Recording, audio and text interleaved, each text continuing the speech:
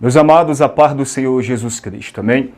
Eu quero aqui falar dentro desse vídeo sobre viver e como nós devemos fazer para viver novas experiências com o Espírito Santo de Deus. No livro de Mateus, capítulo 4, o versículo 19, nós podemos observar Jesus, no princípio do seu ministério terreno, vocacionando, ou seja, chamando Pedro, que estava ali juntamente com seu irmão. E a partir daquele momento, o Senhor fala algo para ele. Segue-me, venha após mim e vos farei pescadores de homens. Observe que a partir daquele momento, o Senhor está chamando homens simples, pescadores que não tinham uma estrutura escolar profunda, que não eram uns sábios da época, mas homens simples. E a partir daquele momento do seu chamado, o Senhor passa a andar com seu discípulo. Durante um período de 3 anos, outros falam que 3 anos e meio, mas enfim, certo é que houve um período entre 3 anos e 3 anos e meio de preparação. O Senhor falou que ia fazer deles pescadores de homens. Para isso acontecer, haveria necessidade de uma capacitação, de uma preparação, para que eles pudessem chegar no objetivo que o Senhor o chamou para uma grande obra, porque o Senhor Jesus, ele estava iniciando o seu ministério terreno e haveria necessidade de dar continuidade a esse ministério, e era através daqueles 12 discípulos. Então o Senhor segue a sua trajetória, o seu ministério, juntamente com o Senhor Jesus, os discípulos, aprendendo, vendo, ouvindo os seus ensinamentos e a cada dia sendo lapidado pela palavra de Deus. Quando nós chegamos no Evangelho de João, o capítulo 15, o versículo 3, o Senhor Jesus fala para os seus discípulos: vós já estáis limpo pela palavra que eu vos tenho falado. Então observe que a nossa santificação, a purificação, a transformação interior na vida de cada discípulo, aqueles que são chamados pelo Senhor, acontece pela pregação da palavra, o ensinamento da palavra do Senhor. Observe que a partir deste segundo ponto, o Senhor já está prestes a ser crucificado e morto, mas que iria ressurgir ao terceiro dia. Quando Jesus ressuscita ao terceiro dia, segundo o Evangelho de João, capítulo 20, o versículo 20 em diante, especificamente o versículo 22, os discípulos estão todos ali dentro de uma casa, escondidos por medo de serem pegos também, como foi o seu mestre, e serem crucificados. E ali o Senhor, ao terceiro dia, quando ele ressuscita, ele aparece no meio deles, dentro daquela casa, dizendo: a paz seja convosco. Assim como o meu Pai me enviou, eu envio a vós. E o verso 22, ele assopra o Espírito Santo sobre eles e eles recebem o Espírito Santo. Porque até então, o Senhor Jesus, por não ter sido morrido e ressuscitado, o Espírito Santo, que é a promessa dada do Pai para o Filho, ou seja, Jesus, para derramar sobre aqueles que nele crescem, ainda não tinha sido dado. Jesus haveria necessidade de morrer e ressuscitar para receber a promessa do Pai e assim derramar sobre todos aqueles que crê. Segundo o Evangelho de João, o capítulo 7, o versículo 37, 38 e 39, você pode estar lendo. A partir desse segundo ponto, que eles agora já passaram a experiência de uma lapidação, de uma preparação, e agora foram limpos pela palavra, eles estavam prontos para receber o Espírito Santo, e é o que acontece após a ressurreição do Senhor. Eles recebem o Espírito Santo.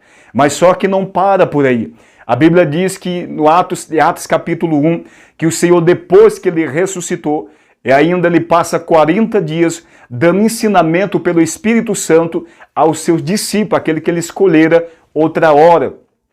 E ali ele passa mais 40 dias ensinando, instruindo a palavra de Deus, falando a respeito do reino de Deus.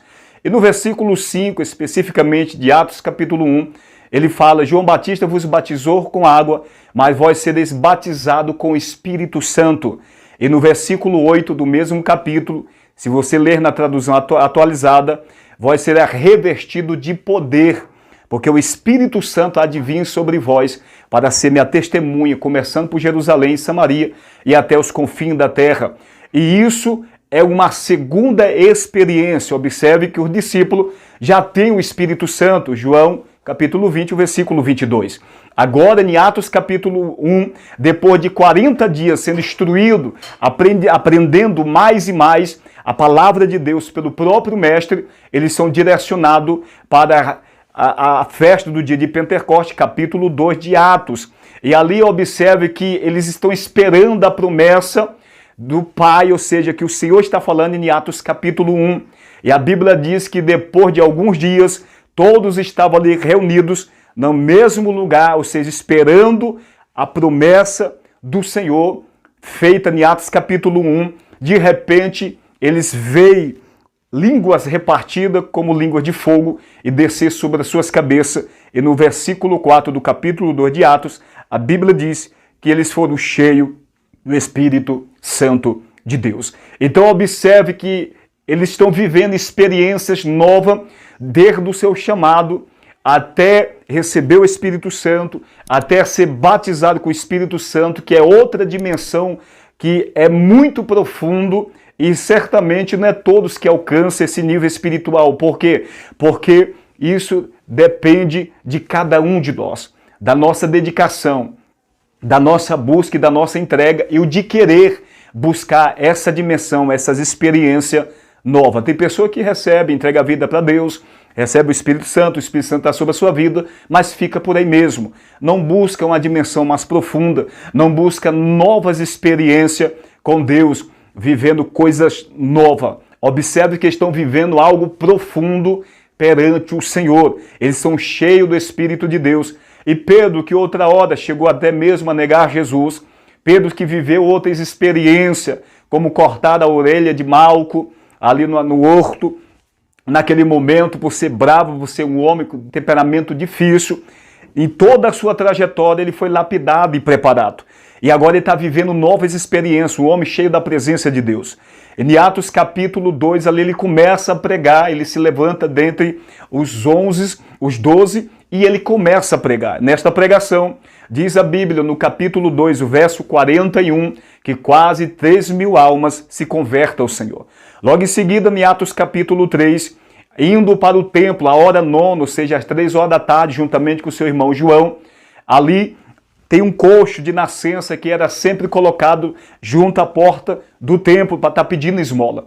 E diz a Bíblia que quando eles estão entrando, ele olha para aquele coxo e fala para aquele coxo olhar para ele. E quando aquele coxo olha para ele esperando receber alguma coisa, ele diz, não tenho prata nem ouro, mas o que tenho, isso te dou, é em nome de Jesus Cristo Nazareno, levanta-te e anda.